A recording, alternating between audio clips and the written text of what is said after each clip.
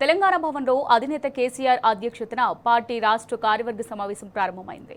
తెలంగాణ భవన్లో తెలంగాణ తల్లి విగ్రహానికి పూలమాల వేసిన అనంతరం సమావేశానికి ముఖ్య అతిథిగా హాజరయ్యారు గులాబీ దళపతి. దీనికి సంబంధించి మరిన్ని డీటెయిల్స్ మరి రిపోర్టర్ లివిల్ లైవ్ ద్వారా అందిస్తారు. లివిల్, మరి తెలంగాణ భవన్లో బీఆర్ఎస్ అధినేత కేసీఆర్ అధ్యక్షతన పార్టీ రాష్ట్ర కార్యవర్గ సమావేశం ప్రారంభమైంది.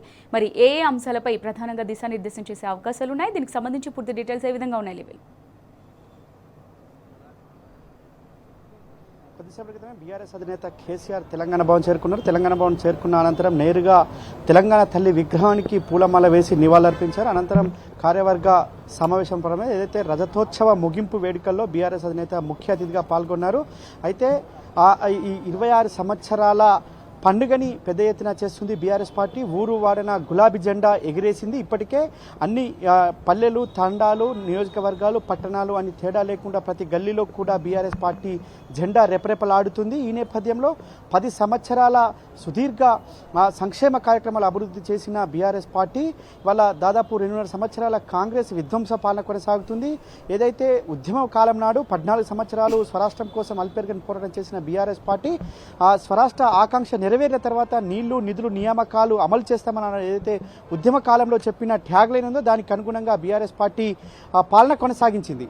కానీ కాంగ్రెస్ ప్రభుత్వం వచ్చి 2.5 సంవత్సరాలు పూర్తవుతుంది. ఎక్కడేసిన గొగ్గడు అక్కడే ఉంది. ఎట్టి పరిస్థితుల్లో కూడా తెలంగాణ స్వరాష్ట్రం ఆకాంక్షను ఇవాళ అద్దం పట్టేలా ఉండాల్సిన కాంగ్రెస్ ప్రభుత్వం దానికి భిన్నంగా పాలన కొనసాగిస్తుంది. వాళ్ళ ఒకవైపు రైతులు ఇబ్బంది పడుతున్నారు, మరోపక్క విద్యార్థులు ఇబ్బంది పడుతున్నారు, మరోపక్క అవ్వాతాతలు ఇబ్బంది పడుతున్నారు. ఇవాళ ఎవరిని కదిలించినా ఏముంది ఈ పాలనలో అన్న ఒక గోస వినిపిస్తుంది, వారి బాధ వినిపిస్తుంది, వారి దుఃఖం వాళ్ళ కళ్ళ ముందు కనిపిస్తుంది. పూర్తిగా తెలంగాణ మళ్ళీ నాటి ఉద్యమంలో ఏ విధంగా అయితే అరిగోసపడ్డారో, నాటి ఉద్యమంలో ఏ విధంగా అయితే ఉమ్మడి రాష్ట్రంలో ఇబ్బందులు తలెత్తి వాళ్ళ మా తెలంగాణ మాకు కావాలని ఆనాడు పోరాటం చేసిరో అదే పంతా ఇవాళ మళ్ళీ ఉపయోగించాల్సిన అవసరం వచ్చింది. అదే తరహా ఇవాళ పోరాటం చేయాల్సిన దుస్థితి మళ్ళీ ఏర్పడిందంటూ కూడా ఇవాళ నెమరేసుకుంటున్న పరిస్థితి. తెలంగాణ స్వరాష్ట్రం కోసం స్వామికుడై తెలంగాణ రాష్ట్రాన్ని సాధించిన యోధుడు 10 సంవత్సరాలు మాకు ఎలాంటి కష్టం లేకుండా పాలన కొనసాగించారు. రైతు సంక్షేమే ధ్యేయంగా బీఆర్ఎస్ అధినేత కేసీఆర్ మాకు పథకాలు తీసుకొచ్చారు. పిల్ల పాపలకి పన్ను ముసలి వరకు కూడా ఇవాళ ఆనాడు పథకాలు తీసుకొచ్చి మాకు ఆపదలో అన్నగా ఆదుకున్నారు, మేనమాగ పోషించారు. ఇవాళ ఒక కళ్యాణ లక్ష్మి కావచ్చు, ఒక షాదీ ముబారక్ కావచ్చు, ఇవాళ ఒక న్యూట్రిషన్ కిట్ కావచ్చు, ఇవాళ విద్యార్థులకు ఫీజు రియంబర్స్మెంట్ కావచ్చు, విదేశీ విద్యకు ఓవర్సీస్ స్కాలర్షిప్ కావచ్చు, ఇవాళ అనేక పథకాలు తీసుకొచ్చి ఆపన్న హస్తమయ్యారు.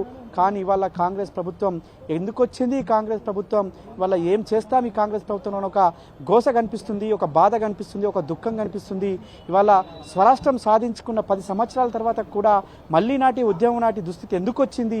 వాళ్ళ ఆ తరహా ఎందుకు వివరిస్తుంది పాలన? ప్రభుత్వం వివరిస్తుంది వాళ్ళ ప్రజాపాలన అని చెప్పుకుని ఈ ప్రభుత్వం వాళ్ళ ప్రజా వ్యతిరేక పాలన అవలంబిస్తుంది. వాళ్ళ పూర్తిగా తెలంగాణ తిరోగమంలో పయనిస్తుంది. ఆర్థిక వ్యవస్థ మందగించింది. ఇవాళ అవ్వాతాతలకు ఇవ్వాల్సిన పెన్షన్ ఇవాళ ఇవ్వలేకపోతున్నారు, పసిబిడ్డలకు ఇవ్వాల్సిన న్యూట్రిషన్ కిట్ కూడా ఇవ్వలేకపోతున్నారు. ఎందుకు ఇవాళ ఈ తరహా అని చెప్పేసి కూడా ఒక చర్చించుకుంటున్న నేపథ్యంలో బీఆర్ఎస్ అధినేత కేసీఆర్ భవిష్యత్ రాజకీయాలకు సంబంధించి కావచ్చు, గత 2.5 సంవత్సరాలు జరిగిన విధ్వంసాన్ని కావచ్చు, వాళ్ళ అధినేత పార్టీ ముగింపు రథోత్సవ ముగింపు సందర్భంగా మరొకసారి దిశానిర్దేశం చేయనున్నారు. ఖచ్చితంగా బీఆర్ఎస్ ఏకైక ఎజెండాగా ముందుకెళ్ళింది. నాడైనా నేడైనా తెలంగాణకు బీఆర్ఎస్ పార్టీ శ్రీరామ రక్ష. నాడు నీళ్ల కోసమైనా నిధుల కోసమైనా తెలంగాణ అస్తిత్వంగానే పోరాటం చేసింది బీఆర్ఎస్ పార్టీ. తెలంగాణకు నష్టం జరిగితే తెలంగాణపై ఎవరైనా అవహేళన చేసి మాట్లాడినా ఆనాడు బరిగిసి కొట్లాడింది బీఆర్ఎస్ పార్టీ. అలాంటి బీఆర్ఎస్ పార్టీకి 25 సంవత్సరాలు పూర్తి చేసుకొని 26వ సంవత్సరంలోకి అడిగిడుతున్న నేపథ్యంలో ఖచ్చితంగా మరొకసారి పోరాట పంత ఎంచుకోవాల్సిన అవసరం ఉందని చెప్పేసి కూడా అధినేత కేసీఆర్ దిశానిర్దేశం చేయనున్నారు. ఇప్పటికే అనేక సంక్షేమ రంగాల్లో వాళ్ళ చితకిలపడ్డ కాంగ్రెస్ ప్రభుత్వం వైఖరికి వ్యతిరేకంగా బీఆర్ఎస్ పార్టీ పోరాటం చేస్తుంది. వాళ్ళ అనేక నూతన సంక్షేమ కార్యక్రమాల అమలు పక్కన పెడితే ఉన్న సంక్షేమ కార్యక్రమాలను వాళ్ళ తీసేసిన ఘనత కాంగ్రెస్ ప్రభుత్వానికి దక్కుతుంది. వాళ్ళ ఒక ఫీజు రియంబర్స్మెంట్ విషయంలో ఇప్పటికే బీఆర్ఎస్పీ పార్టీ పోరుబాట పట్టింది.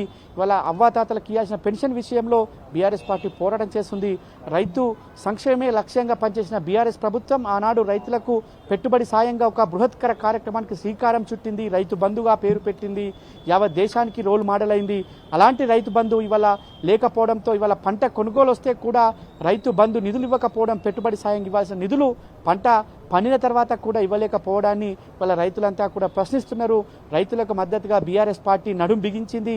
ఇవాళ పండించిన పంట సైతం కొనలేక ఇవాళ చేతులు ఎత్తేసింది కాంగ్రెస్ పార్టీ.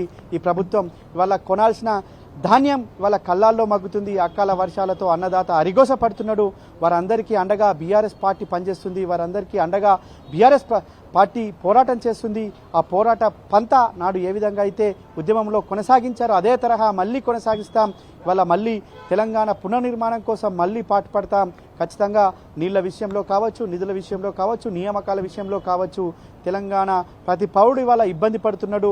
తెలంగాణ ప్రతి ఒక్క మానవుడు కూడా ఇవాళ అనేక సందర్భాల్లో అనేక విషయాల్లో కూడా ఇబ్బంది తీవ్రతరం అవుతుంది.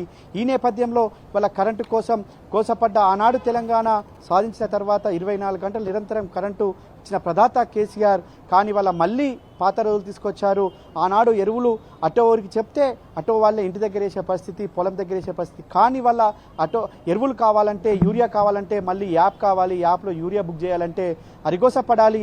అలాంటి అన్నింటికి కూడా చర్మగీతం పాడాలంటే మళ్ళీ కేసీఆర్ రావాలి, మళ్ళీ కారు గుర్తు గెలవాలి, బీఆర్ఎస్ ప్రభుత్వం ఏర్పాటు కావాలి, మళ్ళీ ఆ కాంగ్రెస్ పోవాలి, బీఆర్ఎస్ ప్రభుత్వం రావాలని ఒక నినాదం వాళ్ళ పెద్ద ఎత్తున కనిపిస్తుంది, పెద్ద ఎత్తున వినిపిస్తుంది. ఖచ్చితంగా రానున్న రోజుల్లో బీఆర్ఎస్ పార్టీ మరింత పోరాటం చేసి వాళ్ళ తెలంగాణకు రావాల్సిన హక్కుల విషయంలో కావచ్చు, తెలంగాణ రావాల్సిన అన్ని నిధుల విషయంలో కావచ్చు, తెలంగాణ జరుగుతున్న అన్యాయం విషయంలో కావచ్చు మరొక పోరాట పంత ఎంచుకోవాల్సిన అవసరం ఉన్న నేపథ్యంలో బీఆర్ఎస్ అధినేత కేసీఆర్ దిశానిర్దేశం చేస్తున్నారు. గతం ఏం జరిగింది, వర్తమానం ఏంది, ఇవాళ భవిష్యత్ ఏంది అనే కోణంలో కూడా అధినేత కేసీఆర్ దిశానిర్దేశం చేస్తున్నారు. ఖచ్చితంగా తెలంగాణ ఉద్యమం పంత ఆనాడు ఎంచుకొని తెలంగాణ స్వరాష్ట్రాన్ని సాధించి ఒక రాష్ట్రాన్ని తీసుకొచ్చిన అధినేతే ముఖ్యమంత్రిగా అయితే ఏ విధంగా ఉంటాయో, ఏ విధంగా ఫలాలు అందినాయో ఇవాళ 10 సంవత్సరాలు చూసాం. ఇవాళ మళ్ళీ పరాయి పాలకుడు వస్తే ఏ విధంగా ఉంది, పరాయిని పాలకుని వ్యవస్థ ఏ విధంగా ఉంది, పాలన ఏ విధంగా ఉంది, దుస్థితి ఏ విధంగా ఉంది. అందుకు అనుగుణంగా మళ్ళీ పోరాటం చేయాలి, మళ్ళీ ఉద్యమ పంత ఎంచుకోవాలన్న పోరాటం ఇప్పటికే పెద్ద ఎత్తున ఉద్యమాలు చేస్తుంది.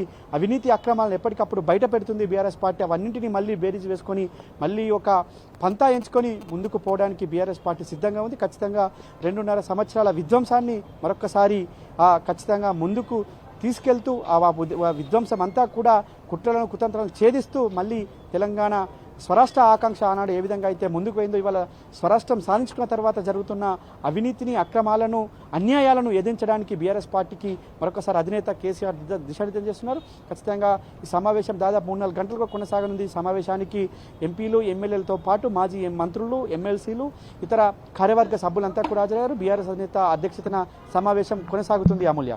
Right, thank you లివిల్.